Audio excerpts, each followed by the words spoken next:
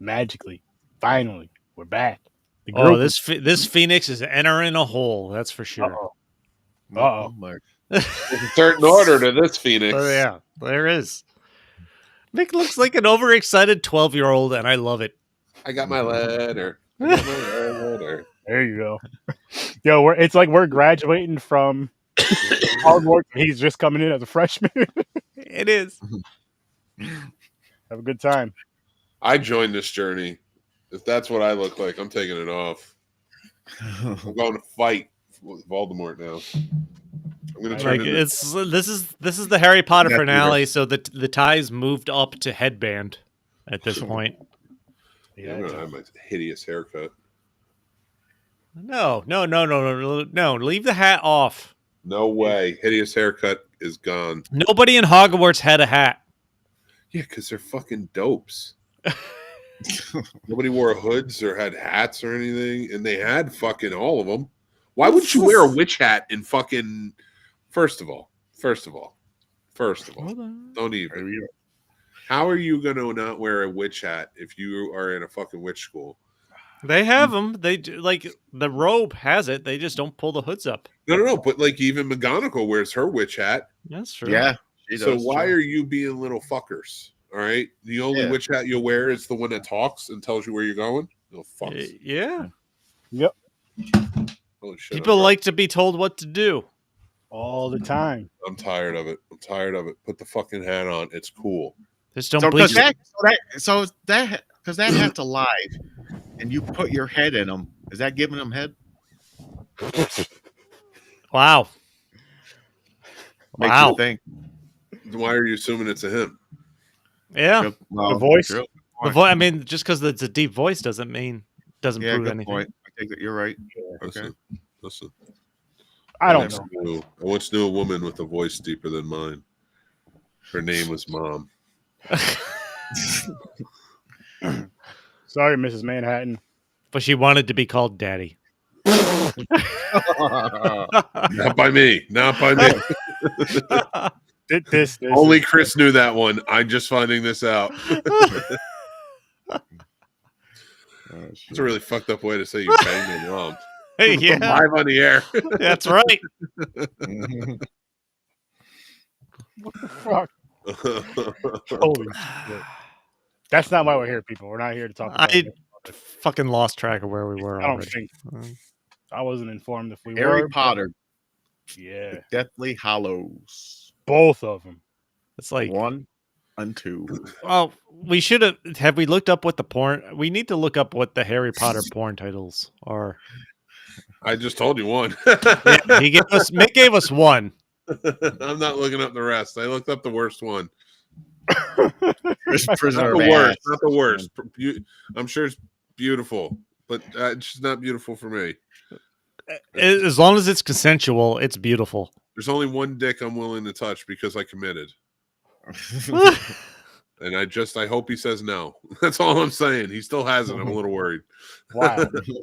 I thought he'd understand the joke. He doesn't get it. He's considering it. Holy shit. He's like going on a weird road. You brought up the porn titles. That wasn't me. That was Chris. Oh. That I didn't bring them up before we went live. Somebody said look up the porn titles. Yeah. Go back to stop the count. Stop the count. Go back. Check it. Yeah, Chris. Here we go. Okay. Here, top 10 Harry Potter porn movie titles. Oh, all right. Oh, Jesus Christ. I just dropped my mic. At least it was just your mic. Just don't look at anybody in the cast. What? These aren't. No. Oh, I fucked something up. No, this isn't even worth it. This is like a 12-year-old wrote that. That's not good. Yeah, it's not good at all. Oh boy. 12-year-old. Instead of Harry Potter, they're just Harry Pussy.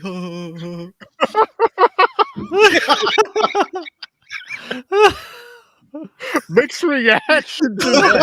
I think he just spit out. He just did a spit take.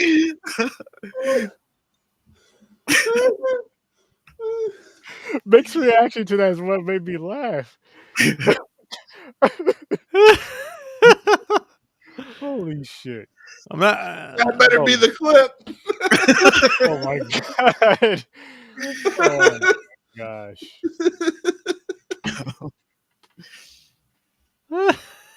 It's so blatant. It shouldn't even be funny, but it was fucking. You landed it. It was your landing. It was like a perfect smooth landing. Harry Pussy or something like. And then the cheesy fake laugh after. I think that's where you lost. I don't know where you lost it, but that was just like, what the fuck? Chris missed the whole thing. I saw it. It was great. Oh. Don't say anything else. Let him drink, guys. So should I talk about my punishment movie? Oh, Yes. the punishment movies. Which, by the way, I'm gonna discuss some of this with you because I did watch this movie. So you know what, Chris? Why don't you go first? Because I'm gonna discuss some of this. Oh, okay. No, I mean, yeah, we got to get the punishment movies out of the way because I missed 2 weeks ago and I couldn't watch for last week. I was informed I needed to watch Herbie Fully Loaded. Oh yeah. Which Lindsay Lohan in her heyday would have been easily to fully load, but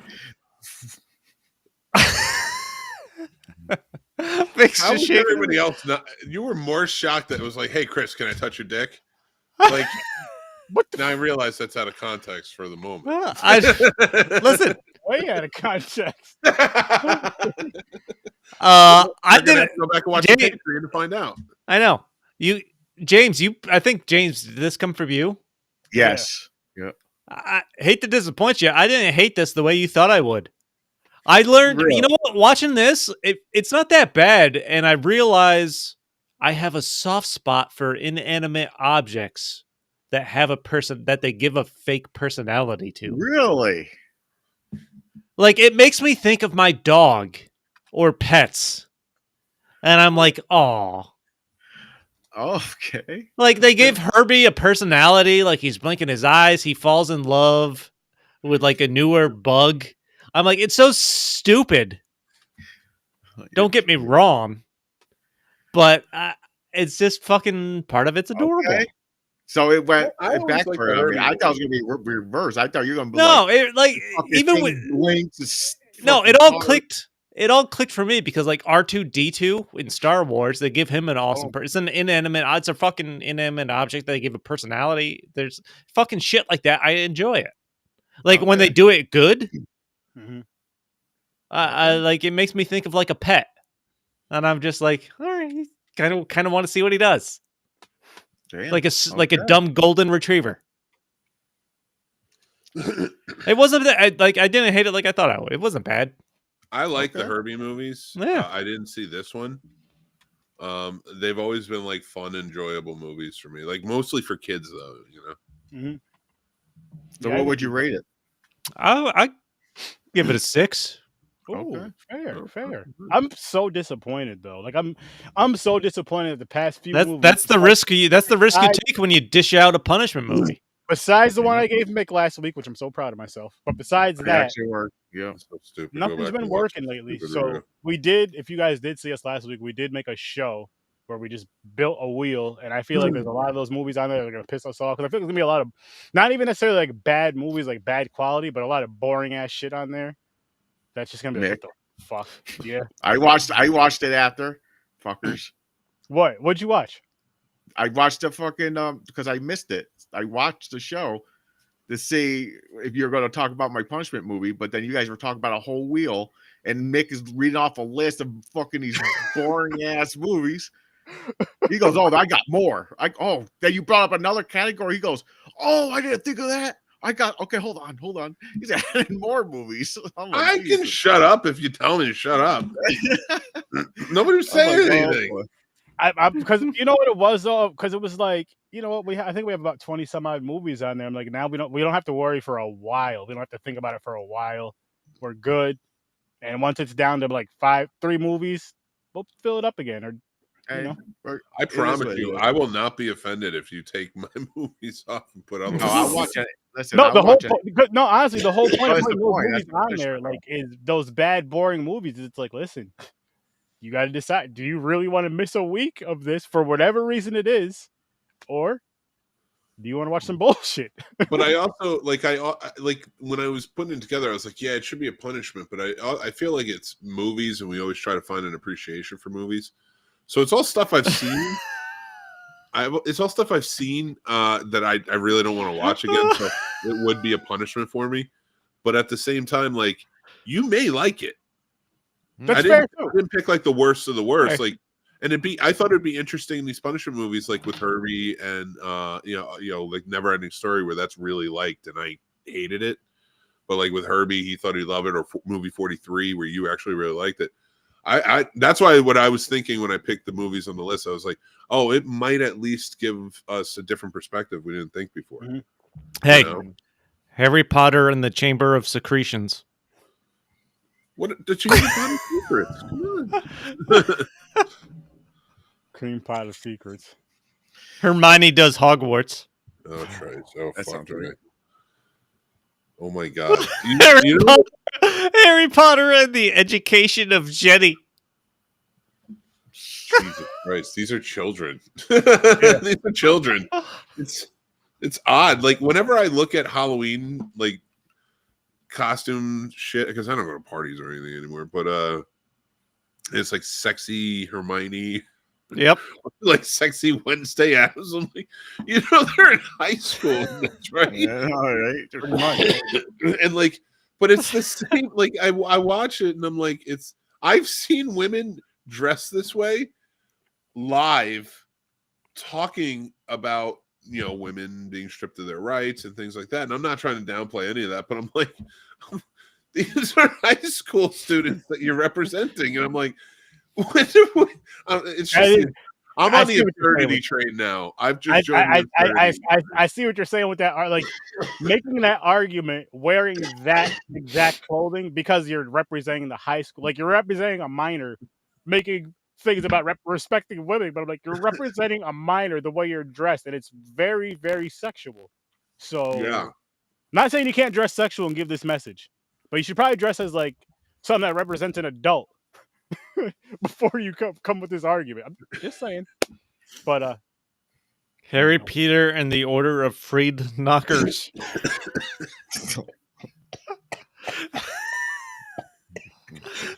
Review the movies, please. I can't go down this rabbit hole anymore. I'm gonna die. I'm gonna die. I'm sick. All right, my punishment, Mac and Me. Yes. Oh yes. Yes. Now this here, I did watch this one too. Yeah, I saw it. And, I wanted to watch it, and honestly, I forgot about it. I'd never seen this movie till today. Me either. But, this is James, I'll let you kick it off, and I'll just chime in here and there. Okay. So this fucking movie, it's definitely a ripoff E.T. Oh fuck yeah, 100%. Instead of M&Ms, he's eating produced Skittles. by McDonald's. I mean, instead of Reese's, he's eating Skittles. Reese's Pieces. Reese's Pieces. Reese's Pieces. Coke. What else? Doing a lot of Coke. Fuck it. Instead of pointing the finger to space, they do this fucking hand signal thing. But here's the fucking thing, man. It caught me off guard so bad. I'm sitting there watching this shit. They're like, "Oh, we're going to the birthday party." They go in there. These motherfucking kids just start standing up and doing like a fucking dance, like there's like a dance show, like one of those shows on TV, like American Bandstand and shit.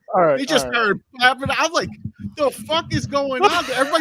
Everybody's dancing inside of a McDonald's. I gotta say, I want to chime in on this part because, like, so earlier, me and the wife were going out and about somewhere, right? Going to a birthday party, actually. And we drove past we happened to drive past the McDonald's. I didn't watch this movie yet, right? So we happened to drive past the McDonald's and just looked at it. I'm like, these McDonald's look so fucking depressing now compared to how they looked as kids. How they look, when we were kids, they just look like just regular depressing ass buildings. And then I watched this movie. I'm just like, this looks like a fun ass McDonald's, but at the same time, it's like, yo, what if you were just going in there to get a burger and all these motherfuckers they're fucking singing and dancing around? This motherfucker's dancing on the counter and shit. Like, yo, I'm just trying to get a fucking crazy. They had Ronald McDonald walking around, fucking talking to people. Like, yo, I don't know how much money those parents had. That party wasn't cheap. You had dancing. No. You had music. You had Ronald McDonald. You had Mick's gonna have a heart attack. Oh, wait a minute. Did they have music, or what? Did they just break out and dance? No, there's music playing. There's music playing.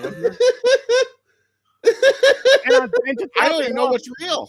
This is a kid's birthday. Listen, hold up. This is a kid's birthday party, right? Watch this shit.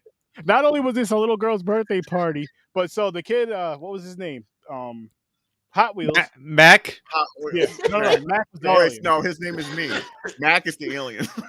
His name wasn't me, James. Time out. I forgot his name. He's me instead of Mac. I was calling him Michael because of my cousin, but his brother's name was Michael in this. So I can't do that.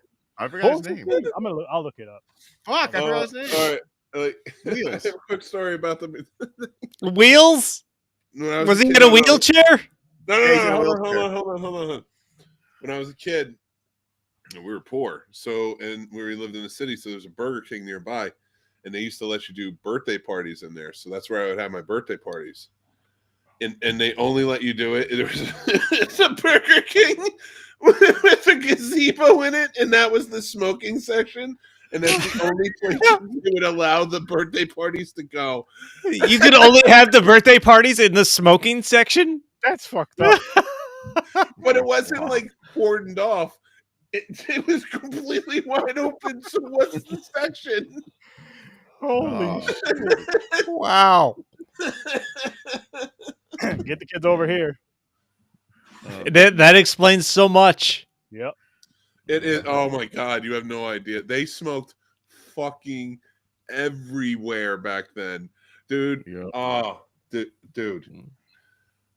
Yeah, it was nonstop. Yeah. Nonstop. It was just you lived in smoke. That's fucking funny. So another part that made me laugh really quick.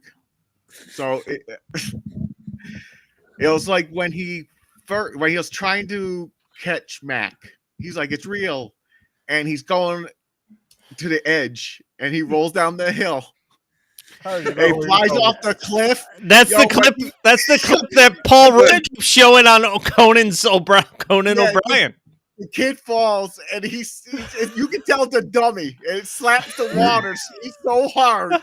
I don't care if that alien went in that water to get him. That mother kid is broken. He's dead. He hit that water so hard. His wheelchair with it. Yo, so speaking on that scene, James, you would think his mother would believe him about the alien, because I'm like, you see where his brother's still on top of the cliff. He came outside like right when you did, or right after you did. Your son that's in the wheelchair is somehow magically on the side, like out of the water. Magically out of the water. You still don't believe about some alien. You're just still the wheelchair and everything. What, he swam with his fucking wheelchair? What, did he drag it over there himself and just hop in it? No. Yeah, no. Do you guys know the Paul Rudd story? No. Oh. So Conan O'Brien, or Chris, do you want to take this one? I just know every time Paul Rudd would go on Conan O'Brien's show, when he had a show, to promote a movie, he would show the same clip for Mac and me, and it was the clip of the kid going off the cliff. Like, he would convince Conan every time it was an actual clip of the movie he was there to promote. Conan played into the clip, of course, knowing that this was probably going to be what's coming. Mm-hmm. And it was the same clip every time, this kid coming off the fucking cliff. That's, oh my God. And he did it for like 25 years. From every time. All the way on. Every time. Never showed a clip of the whatever Paul Rudd movie he was in. It would be like a quick clip of like the movie, and it would be like, have you ever, and then it cuts right to the scene of him going down the hill. Yeah, that's true. It was like a fucking trick. He would start it as a clip of movie, every Avengers movie.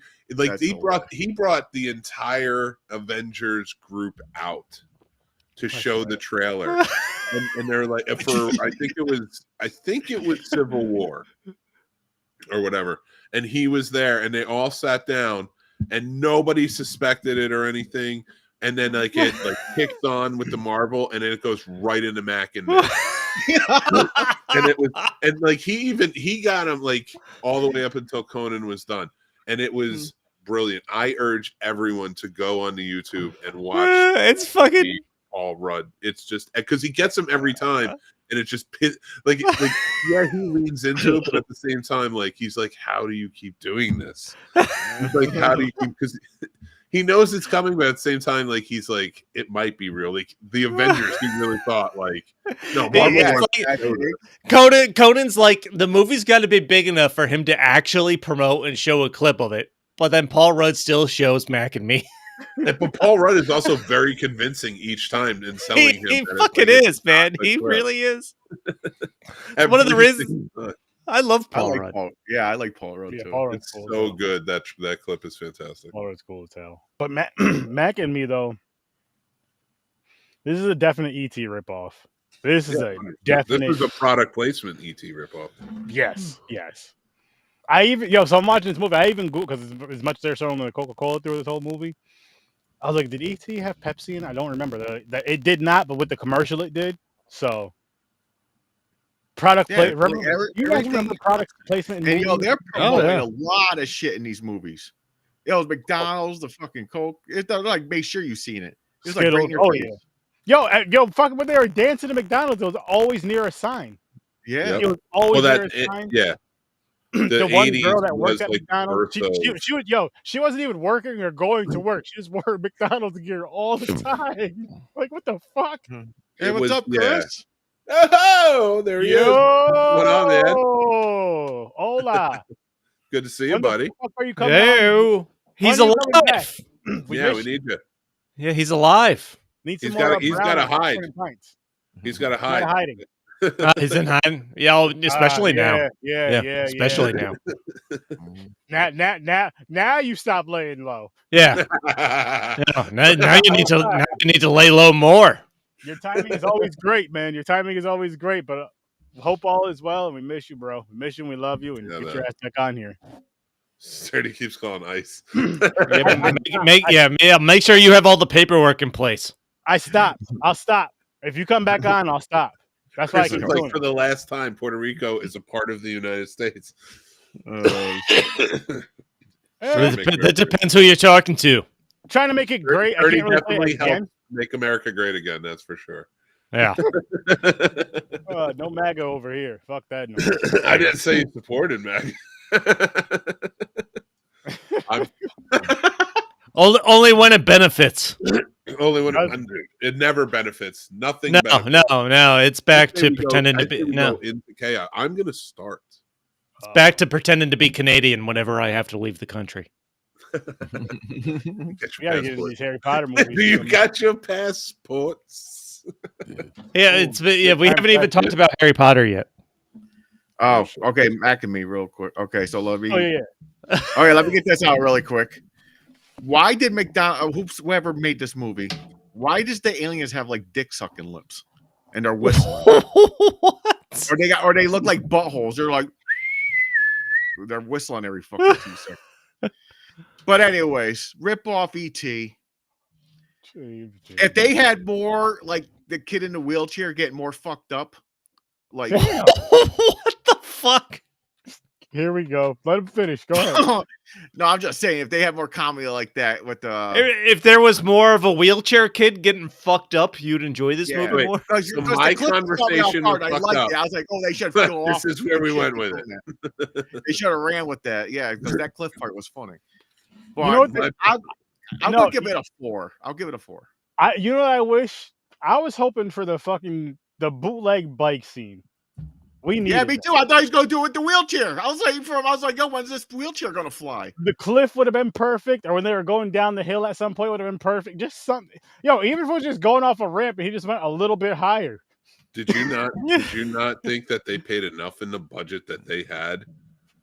In the product placement budget, by the way, where they got a dummy, a second wheelchair, and a green screen effect where the little fucking Muppet could sit up in front of him after he falls into the water. That was the VFX budget, guys. That's what you got. Wow.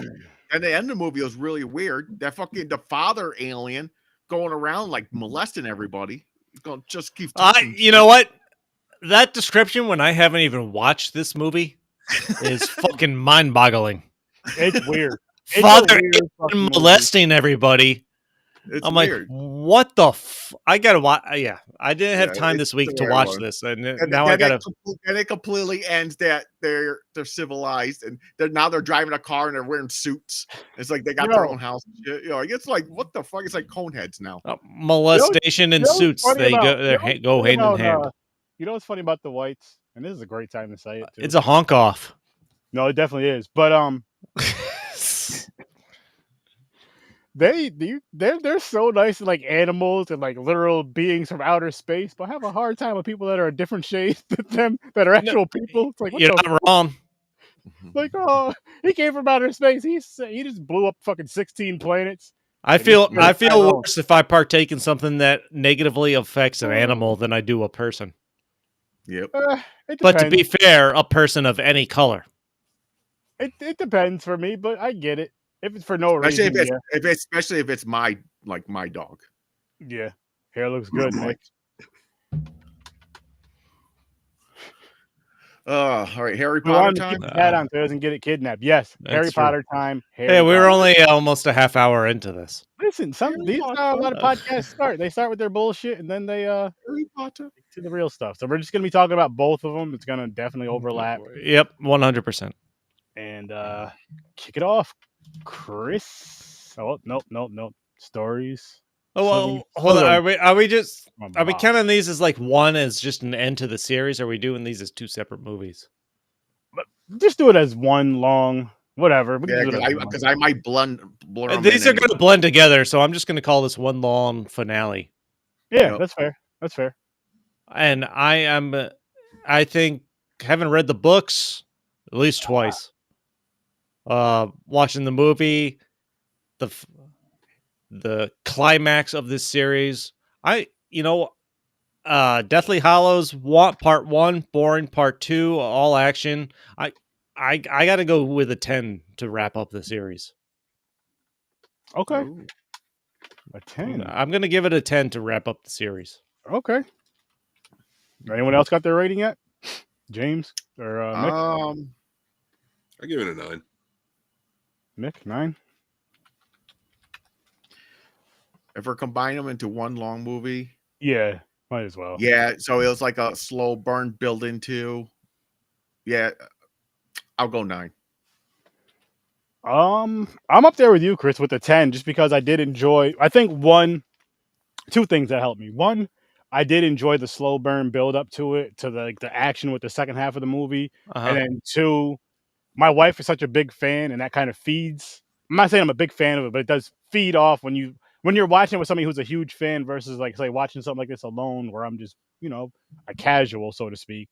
You watch it with a different kind of eyes and a different kind of energy. So yeah, the experience was a 10. It was a fun experience overall. It was the only the obviously the books had wrapped up. Unlike Game of Thrones, the books had wrapped up before they made these movies. So you knew and movie studios are fucking money hungry parasites, which is why they broke this last one up into 2 movies. So when you hear part 1 and part 2, they're breaking something up into part 1 and part 2. I feel like anybody knows part 1's going to be boring as shit. Mm-hmm. Because part 2, Deathly Hallows part 2, is almost legit all action, and part 1 is let's get to the setup for part 2. That's my only beef with these. If you're trying to combine this, it's a 5-hour movie essentially. Mm-hmm. Yeah. Not that the story isn't there in the first one, but you're like, all right, it's all the part 1's just all fucking story, just about, because they don't get to any of the finding the Deathly Hallows or how do you kill any of them almost until the end of that, and then everything's packed into part 2. And I feel like it's almost that's why I love part 2, because it's almost nonstop. And honestly, my favorite character arc of this entire series is fucking Neville. Neville is the fucking man. when you get to that, just his final scenes in part 2, where after he stands up after he thinks Harry's died, stands up to Voldemort, pulls the sword out of the sorting hat, he gets knocked back, and then all the fighting is going on. There's the slow motion of him sitting up with like everything going on, so like something's fucking coming from him. And then there's some more going on, and then they have to kill Nagini, Voldemort's snake, and then there's just the fucking scene of him cutting the head off the snake as the snake is leaping towards Ron and Hermione. I'm like, that was just fucking awesome. Which honestly, the biggest connection over this, I think one of the biggest disappointments from Fantastic Beasts to Harry Potter that we've done over this entire journey is not hearing more about how Nagini went from person to like permanent snake and got involved with Voldemort. Because that was a huge part of like what the third Fantastic Beast movie was. And I don't know what they had planned for the fucking series or anything like that. But they didn't really explore that, how they got that far between human form to her being a permanent snake and fucking Voldemort's pet. And when they destroyed that necklace, I thought it was that kid from the Fantastic Beast. Because all that black smoke came out and it looked like there's lightning in it. It's like, I was like, oh, is it that fucking shit? Yeah. Now I know. But then it was like every Horcrux did it. All this black shit comes out of it. Yeah. So I was like, oh, never mind. That's not him. And honest, I love, even if you see it coming at some point, like it dawns on the audience certainly more than it does on the characters in the movie that Harry Potter is a Horcrux himself. Yeah. Like an inadvertent one. I just think it's such great storytelling. Yeah, and deep down he knew he was. Yeah, deep down he knew he was. Like when he fucking goes out to the woods because he knows he needs to die and Voldemort has to kill him to kill that part of him. Yeah. Like I can't tell when he goes out there if he knows he's going out there, Voldemort's going to do that and it's only going to kill that part of him and he's going to come back and be able to fight, or if he's going out there because he's willing to die because that's what it's going to take for somebody else to finally be able to kill Voldemort. Like, I feel like they toe that line. They don't there's no indication he knows what's going to happen when he goes to those woods about why he's going to die. Yeah, you're right. I feel like he's just one of those. He just knows he has to do something and he has to do it, and he doesn't want to. And he never wants to drag anybody along. He never wants anybody to be like, "Hey, listen, I'm going to do this. You guys come with me," which they always do anyway. Because it's like, "Oh, look, you're not in this alone," type of deal. No, and the fact that just Ron and Hermione having anybody by your side, like to the fucking end. Yeah, like even when they're having their issues amongst each other, they still find a way to like, this is bigger than us. And then after that thing, they fix their little issue and they obviously become closer and all that shit. But this was definitely, between the two films, watching them together, watching them as one, it was definitely a really cool ending. Like, if you want to complain anything, maybe you could say with the first half, maybe cutting it down some to adding more action, having the action sequences start a little bit sooner. Other than that, I don't have too many complaints about it. Because again, I don't mind the slow build up to it. Because you know they're gonna do it anyway. And if I'm like, okay, they're gonna cut this movie into 2 parts, do it in the first part, and then get something started in the last part of the first movie, and then the second movie you get more. It's fucking tough when you have any kind of franchise, and then you're like, if you're on the borderline of do we split a movie into 2 parts or do we leave it as one? Like, if you're splitting something into 2 parts, there's no way you're going to be able to cram the kind of action or attention and shit into that first part's all story. Yeah, true. But I guess the good thing about that is you do get, because throughout this movie, you do get story. So you do get story with that. And there's a lot of people that want that story before the action. They don't want just the action because then it's just like a lot. No, but of how much movies. story is too much when you're already at movie 7? I mean, you have to ask. It has a huge fan base, so I mean, I guess you know what I mean. And they're also making a series out of it now that are more towards the books. So, shit. Think about a story that had a huge fan base and didn't pay off well because it didn't have enough episodes. Was Lost. So. But like reading, I jumped into Lost a couple seasons in, but before the series ended. So by the time the last couple seasons, I was watching it in real time. But reading articles about it that came out in that, like they were even, for lack of a better term, lost while they were fucking trying to decide how to fill 20 some odd episodes a season. Like there's an episode about where they just write about Jack's tattoos. We're like, we were just fucking trying to fill a season. Oh yeah, no, and I mean, I get, but equating it to this, like at least like within the two movies, like that first movie is a slow burn, but it's got some really fun parts. That whole part it does. Is great. Dobby, man. Oh, the fuck, dude. That is one of the worst deaths in this series by far. Agreed. Is when they kill Dobby at the end of part 1 and open in part 2 by fucking burying him. Like, god damn. You were tearing up. It doesn't matter how many times you watch that. If you've watched the series, if you've been a fan, you're like, fuck, man, that still hits hard. Yeah, Dobby was one of those characters I was a big fan of. But I can't think of what is her name. She has such a chill vibe. Luna? Hands down one of my favorite characters. Luna's great. She's so like, and I really peaceful. I like the twist that they put in there where like they go because she's so odd. They know about I forgot the publication they call it that her father publishes and stuff like that. They go to visit him to learn about the Deathly Hallows and stuff like that. And just kind of the twist that he ends up calling the Ministry or the Death Eaters when Harry Potter shows up because they've taken Luna. Like he cares about his daughter and stuff like that. Like it's still hard. It's like you want him to help Harry and Hermione and Ron, but you can kind of understand the binding. I don't know. It's like character establishment. They've just did a great job. In that. We haven't talked about Snape though. This is the climax for Snape. We've been waiting 6 movies to see what Snape's fucking deal is. What do we think about Snape and how his story wrapped up?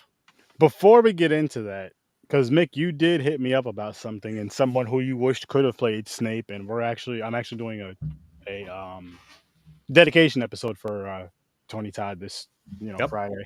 Well, it'll be late. It'll be after the fight, but we're gonna go live and just discuss things we enjoy about him, watch some movies during the week, and all that good stuff. But Mick, take it away, good sir. I was just saying that I love Tony Todd, and it's so sad. Rest in peace, sir. And yes, of course, rest in peace, Tony Todd, and thank you. I had an idea, and I never ran it by you guys, but like it was just to pick an American version of this, and like what American actors I think would fit in the role, not necessarily what studios would put who where, but just who I thought would be really good. And Tony Todd was the one I landed on for Snape. Because he was such a good actor. You could see him play really like kind and sweet-hearted type, but he could also play really sinister and scary as well. So I think he would have done a great job playing this role, honestly. In an American version. I admittedly don't know enough about him, but I saw that he had passed, and I immediately recognized him from Candyman, even though if I did see the movie, I can't remember actually watching it, but I've seen it's just ingrained in pop culture, I think, that particular role of his. Yeah. So as soon as I saw the face, I'm like, I knew who it was. Iconic, the voice, everything, which again, we're going to get into it more next Friday, but definitely rest in peace to Tony Todd. And thank you for everything. Because it's cool when like that's my favorite. Horror, as you guys know, is my favorite genre. And I promise I'll get right back to Harry Potter. But it's cool when you see someone that looks like you that is so iconic, not even like a jokey thing, but so iconic in your favorite genre. That's dope. That's dope. But yes, yes. Now back to some more Harry Potter. But Snape, what do we think about Snape's journey and how this wrapped up for him? So the funny thing, the first time I watched this movie, like the first time, because this is my second time going through the whole series. So the first time I'm going through the series, Obviously, Half-Blood Prince ended with him killing Dumbledore. yeah, I know. But I'm saying, like, watching the series the very first time, like going through it the first time, I didn't know a lot of this shit and why he did the things he did and the way he did things, and all that other shit. I could not fucking stand him. I hated him. Oh, Watching that's it a true. second That's time, true. Watching it a second time, he's one of my favorite characters because he does what needs to be done. And unlike Dumbledore, he's very blunt. He's very upfront. He lets you know, like, listen, you fucked up, or listen, this is what the fuck's gonna happen, or listen, you need to do this, or I got to handle this. Like, as far as if you want to go with from the Dumbledore thing, Dumbledore, you find out later on that Dumbledore knew all this was going down. He told Snape, "I need you to be the one to kill me. You need one to do it," and Snape made sure that happened.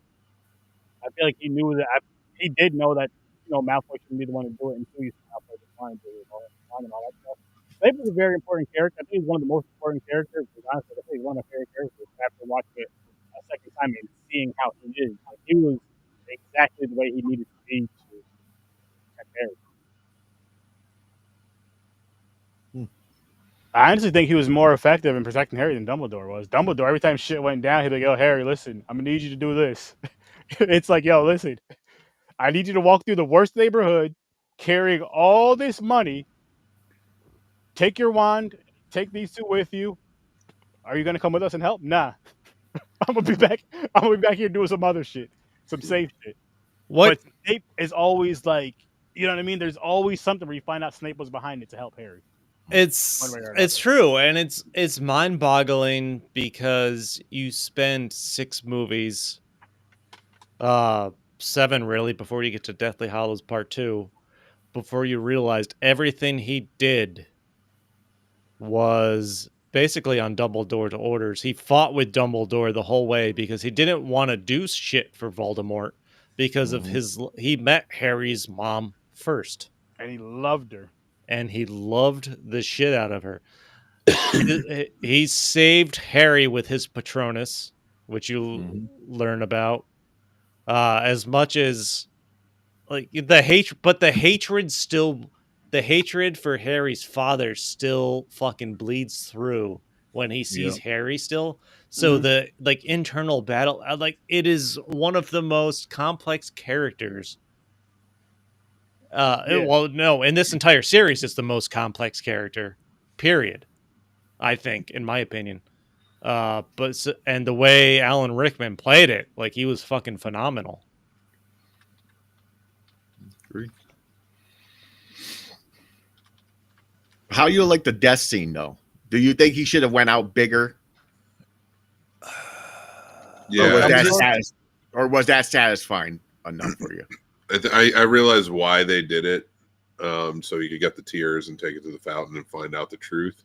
I just felt like for the buildup that we're getting, and as much as we've been learning about Snape, and for as much as a reveal as those tears are lead to, that was a death that was not. I didn't feel like it was fitting. Like Dobby got this whole thing, and Dobby deserved it. Don't get me wrong, Dobby deserved that and more. That's how much I love that character. But knowing who Snape was and what he did, and having built up to the point where, like we hated him after killing Dumbledore. So by the time we get here, like you want something heroic, maybe more heroic for him. Yeah, that's what I was saying, because they killed him by he was just a sacrifice because he thought Snape was the owner of the wand. Voldemort thought he owned the Elder Wand. It was different. Like if it came down to where Voldemort found out Snape was a traitor, then he killed them. Then that would have been like a little bit better attachment. And I think that would have made Voldemort look scarier. I got to be honest with you. Yeah. I never like, yeah, okay, you torture a few people, whatever, and he's messing with. But I'm like, he was never that scary to me personally. Lestrange was scarier than Voldemort. She was fucking Bellatrix Lestrange. Like, she was one of the characters in this that if I'm ranking the people I wanted to see most, both first is still Dolores Umbridge. Like, I hated her more than any other character in this entire franchise. Lady in Pink. Like, I hated her in the fact that I wanted to see her get her comeuppance more than anybody else. Not because I just hated the fucking character or anything like that. Like, the actress played that fucking on par, and like, that's the kind of character they built to be an enemy, and I wanted to see her just fucking get torn down, like, get her what's happening. And so they did an awesome job with that. But next in line is Bellatrix, probably, because they bring Bellatrix in. It was Order of the Phoenix. They bring her in, and you learn about how she tortured Neville's parents. They fucking, I don't know who killed. Do they pinpoint who kills George, the twin, in this one, or does he just die in one of the battles? Just dies. I don't think they said who shot him. I don't think they pinpointed, but they don't pinpoint him. But the fact that Bellatrix, but she killed Sirius, of course. So now you're building her in Order of Phoenix. You get through Half-Blood Prince. You find out she's the one that tortured Neville's parents. Mm-hmm. You get to Deathly Hallows, and she's trying to wipe out a Weasley, like the mom, and it's Bellatrix versus Mom Weasley. And Mom Weasley is the one that kills her. Yeah, because she's half not pure blood. No, so that was she's like stay away from my family, you bitch. Yeah, I was gonna say, fucking, you get pumped up. I got pumped up. Like, you could feel your blood kick in when you watch that scene.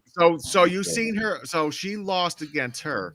Now, how they were going through the movie, because she tortured Neville's parents, I was kind of hoping Neville's the one who's going to take her out. No, but he got Nagini. That's a bigger one. Yeah, that is. Yeah. And that wasn't even because really a fight though. It was just like a one swing though. It was still good. Don't get me wrong. No, but he did kill No, because it went on, and like because remember he kills Nagini later on the stairs. Yeah. So not like when he first pulls it out and swings. No, but I'm saying like when Ron and Hermione fighting against Nagini, he comes out of nowhere, jumps and slices the head off. It wasn't like he was with them like battling it. Ron and Hermione was battling more than he was. Dude, the fucking scene where Neville stands up for everybody after they carry in what they think is Harry's dead body. Like, it gives you fucking goosebumps. Yeah. Especially because from part 1 on, he was always the kid that did everything wrong. He was by far the best character development in this series. Yeah. Oh yeah, as far as growth and development, hell yeah, by far. Yeah. And what they don't. He never. I just want to point out his courage and his integrity and his character never changed. He got better at things, but like that speech is right on par with him in the first movie trying to stop them. It is. In the house. It is. He's truly Gryffindor. What you don't get in the movies that you do in the books is there's an even bigger parallel between him and Harry, because they're both, like, the prophecy talks about the chosen one being born in July. Him and Harry are both born in July. It's not like they specify a date. Like, there's a lot more parallels that if you're reading the books, you're like, is fucking Neville the chosen one? Yeah. See, and like I was saying earlier about how I enjoyed this more because I watched it with the wife because she's such a big fan of it. She also would fill me in on things like that as I'm watching the movie, like what you were just talking about, Chris, where you could get, with the chosen one, it could have been either Harry or Neville. So yeah, this was a good, like, overall, this is a good franchise. Of course, it gets better going into like part 3 and on. Part 4 Yeah, it's darker. That's part when 3, the part 4, shit goes yeah. down. There's 100% a shift between 2 and 3 when they get to after Chamber of Secrets, when you get into Prisoner of Prisoner of Azkaban's third Azkaban. one. Yeah. Mhm. Yeah. Oh, another thing I noticed. So everybody goes, "Oh, question: who's Harry's best friend?" Ron. No, it's not. It's Hermione. Ron's a dick. Ron is kind of a dick. I don't finish this without thinking Ron's still kind of a little bit of a dick. Because how many times did he go, "Fuck you, Harry. Okay, fine, I'm leaving." He disappears. Like, oh yeah, but who still stayed near him all the time? Hermione.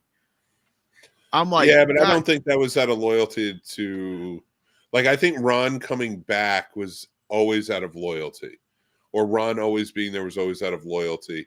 Whereas Hermione, yes, there is loyalty, but it always seemed to me she like knew what the mission was, and she's like, Oh, we got to do this, and like Ye- even to a point where she thought he might not even follow through, like Harry Potter might not follow through, so I need to be here to make sure he follows through. I don't think you're wrong by any means. Like there was a loyalty there, but like she was the only one. She was probably first and foremost the person willing to sacrifice everything. Like this is the line. This has to be the way we go. Exactly. We got to do this. We can't fuck around. But that reinforces all the times they talked about they're a team. Like they're not in it alone. Like when Harry tried to do anything by himself. Yeah, Which was all the fucking time. yeah, all the time. If I could, just with the dynamic of them, just to elaborate a little more on like with Ron feels like a best friend because Ron challenges Harry all the time. Yeah, I'm not saying he's right or sometimes he's a dick, but like he does challenge his friend, and like it does feel like a buddy, friendship thing. Yeah. Whereas with Hermione, she got tortured for this cause. I feel like she is Harry's friend. She loves him. There's loyalty, but she bought into the cult of Harry and what's going on. And it's like, and that's why she got tortured and didn't give it up. I think she just really truly understood the mission. With love, of course, for her friends. Well, she did. Like we talk a lot about, like Snape, Harry, the sacrifice, Ron's losing family. Hermione erases the memory of herself from her parents because she knows the journey she's going on. I don't think that gets enough attention. Like we talk about the impact for the other characters, and I feel like if you're literally erasing yourself out of the pictures and your childhood with your family. Like that's how Deathly Hallows Part 1 started, with her, because she knew where she was going. She clearly knew there was a high chance she wasn't coming back. Wasn't going to survive, and she wasn't going to put her parents through that. She'd rather put herself through that pain, which is a very strong and noble thing. Like even that more so says to me it's not for Harry Potter. It's for like, we got to do this. The greater good. Yeah. Hell yeah. I mean, Harry's the vehicle, but that's to the greater purpose. Yeah. She's like, honestly, I would put her more on a level of like her dedication is like Snape. That man lived as an undercover agent for how many years? And like, and he all the way through, he died without them knowing. I want to go back and talk about his death, and I agree with you guys on his death should have been way bigger, way more important, and better impact. It should have been something, either him doing something heroic or just because it made him look so weak. Him doing something heroic more than just being there. Yeah, just dying because Voldemort thought he was the owner of the Elder Wand. I could get on board with that. Do you think that he just took the death? Like one of those things where like he just knew that one day it would come. So why? I don't think you could work. I don't think you could work for Voldemort in the capacity he was and not expect that's how you were going to die. Yeah, that's fair. Like, because honestly, like, Well, I don't know if you said about Voldemort. Actually, a lot of Dumbledore's crew did. No, but it's not like he didn't understand the circumstance he was in. Yeah, it's He knew he was gonna die at one of their hands. Most likely Voldemort, because Dumbledore wasn't necessarily a killer. Yeah. But it was interesting, man. I liked the fight. I liked how it kind of went with this. It was very dark movies. It is. There's a lot of deaths in this movie. Yeah. Dude, and Lupin and his wife died. Lupin and Tonks. Yeah. Like that one hurts because after Sirius, Lupin is kind of almost the closest Harry has to a family. Like, right, as a teacher, he learned that he was like friends with his dad. He grew up with his dad in Sirius, and you see like them. Uncle. Yeah, he's an uncle that after Sirius was almost the next in line to adopt Harry. If you were looking at it that way, him and Tonks are dead. They had a kid before they died. Yep. And I guess you find out, well, from the wife told me, you find out in the books that Harry ends up raising the kid and taking care of the kid, which is cool. George, one of the twins, the fact that they killed one of the twins, I love, but it's so heartbreaking. Yeah. Oh, yeah. Especially to introduce an older brother. Yeah. that you could have killed off because he was very heroic. He put himself out there. He gets the girl. He's marrying the girl. He gets the hot French girl. That is true. You introduce his brother. He comes in. He's doing his thing. It's like, all right, he's gonna die heroically, right? Nope, they kill the twin. They killed Fred and George were one of the highlights of this series because they were always the jokesters. Mm-hmm.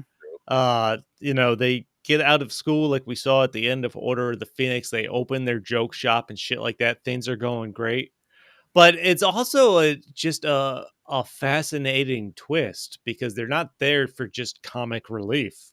Yeah. When you kill one, it makes it serious. Yeah. And that's probably why they did it with the twins. One, because it's way more impactful because you got to know them throughout the movies. I mean, you didn't see them throughout they weren't number one, like the top cast, like the top three were, but they were very important characters when they showed up. So it was like, fuck, man, you had to kill these guys. They were funny as fuck together, always doing some silly shit, and it really, this was overall. Bad Eye dies like in the beginning. I honestly like killing the twin was smart because you're right. Like that adds just a layer without having to kill any of the original. Yep. I don't know. I just like one thing that I know J.K. Rowling kind of went back on was like, oh, I think Hermione and Harry should have been together. Which even more so after rewatching these, I didn't read the books, but after rewatching these, I completely disagree. First off, you set up Jenny and Harry well. She was always sort of like infatuated with him, liked him. And then by the end, she's defending him. She's always there for him. Hermione, like I said, staying on that path, like really caring about Ron, but like duty is duty. Let's get the mission done. Like I like Ginny and Harry together because it also at the end is satisfying for me because he's finally a Weasley. No, I like that. I don't mind Ginny and Harry together. I feel like they could have fleshed that out a little more, though. Yeah, they kind of hurry through that. I feel like a little bit. I guess how would they flesh it out more? Would they have to bring her along on everything with Hermione? No, they don't. I don't think so. But you could have added her like a Neville level type of character. Yeah, that's character.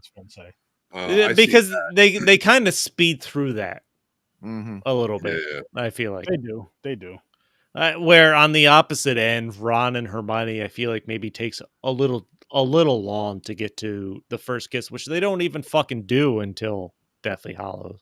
Yeah, because they're about to think they're about to die, so they make out really quick. When they try to get the fucking snake tooth. Yep. The basilisk fang. That's what it is.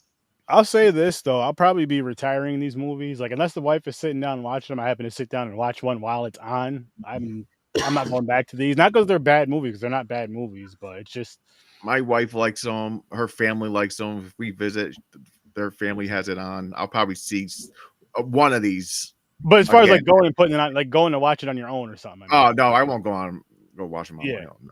no, I think I'm done. But the series that I am intrigued to watch. There's I'm gonna check it out. Me and my wife are gonna watch it together. no, I'm gonna watch the TV show by far, but I'm not gonna. I've watched these enough to the point where I'm not gonna put them on just to sit down and watch. But I will say, if I ever catch Deathly Hallows Part 2 on for something, I'll probably watch that. Goblet of Fire, Prisoner of Azkaban. Those are my other favorites, I think, in this series. Mm-hmm. I think if I'm ranking my favorite movies in this series, I'm going Deathly Hallows Part 2 because this is they end this series spectacularly, I think.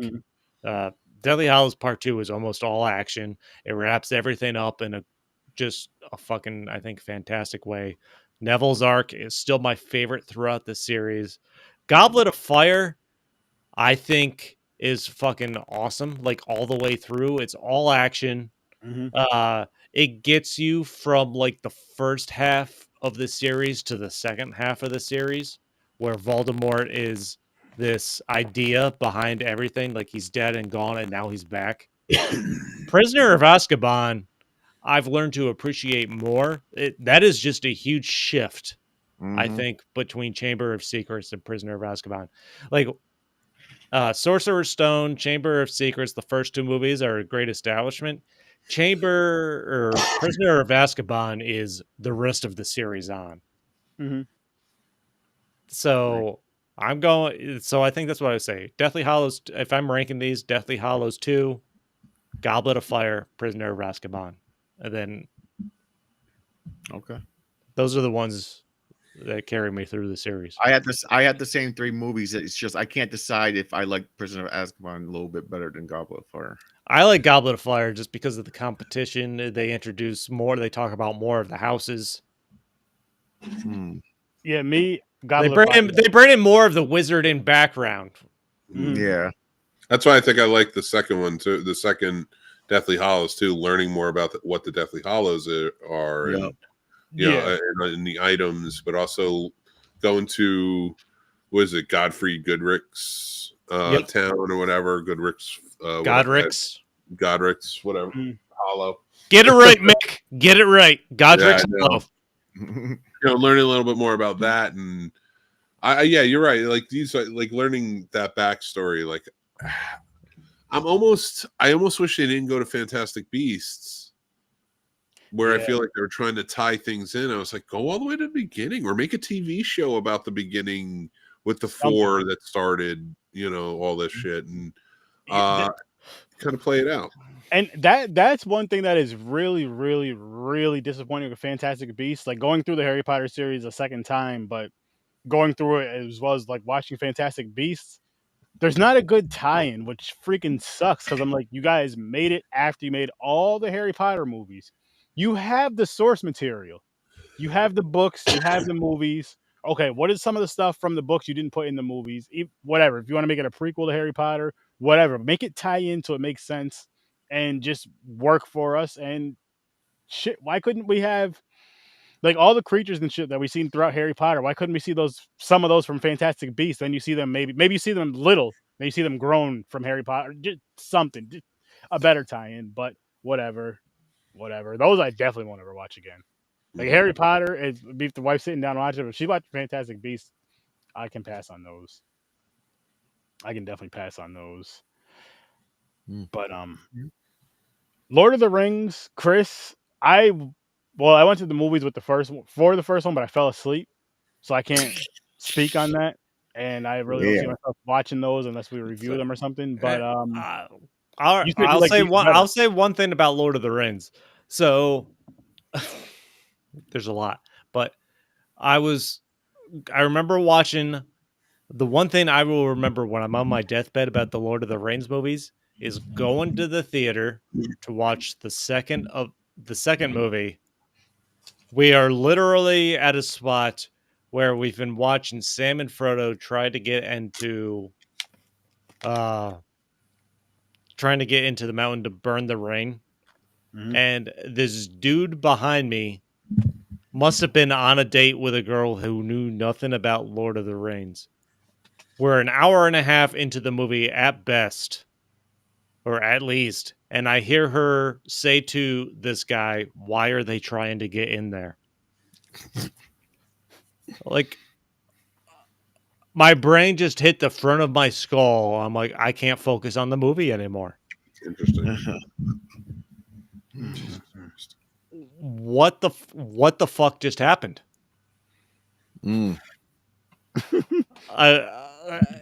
I all of a sudden I was out of the theater. I'm like, the night's ruined. I love the Lord of the Rings movies. I think they're some of the best. They're long. I made them through. They're good. They're just something like I can't sit there and go, I'm gonna watch these over and over. There's no So way. I read The Hobbit, but I couldn't get through the fucking Lord of the Rings books. I just couldn't fucking do it. I read them when I was younger. I never read them. I can't read. That's true. James is he's illiterate. But guys, we stay that way, you'll be happier. Yeah, we also fair. We finished the Harry Potter franchise. All what, retired. We know that because my tie's a headband. So fun journey, fun franchise, and to give us before we get back to the wheels, give ourselves a little break, a little laugh. Figure, Popcorn and Pints will get a little raunchy. So we're gonna get raunchy next week. These two films next week, Good Boys and the 4:30 movie. Some kids having some fun. And they look fun. They look funny. They look. Some kids just looking to get the tip wet. Hey, listen.